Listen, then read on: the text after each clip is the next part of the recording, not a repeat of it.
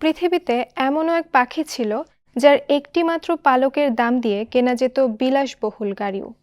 মনে প্রশ্ন জাগতেই পারে, কোন পাখির পালক এতটা দামি? উত্তর শুনে অবিশ্বাস্য মনে হলেও একেবারেই সত্য। নিউজিল্যান্ডের এই বিলুপ্ত পাখিটির নাম হুইয়া। কালো রঙের দেহ, লম্বা লেজের ডগায় সাদা উজ্জ্বল কিনারা।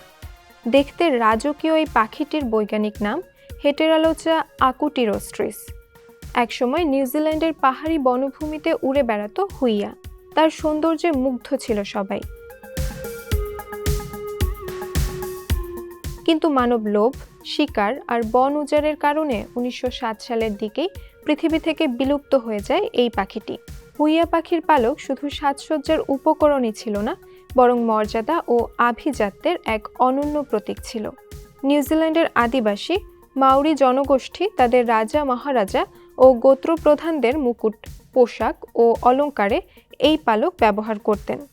তাদের কাছে এটি ছিল রাজকীয় সম্মানের প্রতীক এবং আধ্যাত্মিক মর্যাদার চিহ্ন। এত সম্মানিত একটি পালক তাই বিলুপ্তির পর হয়ে ওঠে কিংবদন্তি। 2010 সালে নিউজিল্যান্ডের রাজধানী ওয়েলিংটনে এক নিলামে হুইয়ার একটি মাত্র পালক বিক্রি হয় $8,400 নিউজিল্যান্ড ডলারে। প্রখ্যাত ব্রিটিশ লাইনারের টাইটানিক থেকে উদ্ধার হওয়া একটি স্বর্ণঘড়ি নিলামে বিক্রি হয়েছে এবং নতুন রেকর্ড স্থাপন করেছে। এই পকেট ঘড়িটি $3.61 মিলিয়ন অস্ট্রেলিয়ান ডলারে বিক্রি হয়েছে।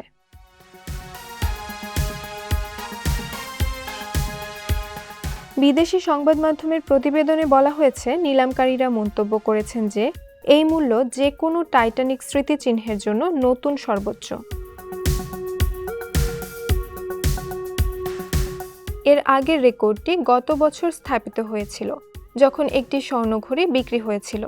এটি টাইটানিকের ক্যাপ্টেনকে উপহার হিসেবে দেওয়া হয়েছিল, যিনি 700 এর বেশি যাত্রীকে বাঁচিয়েছিলেন।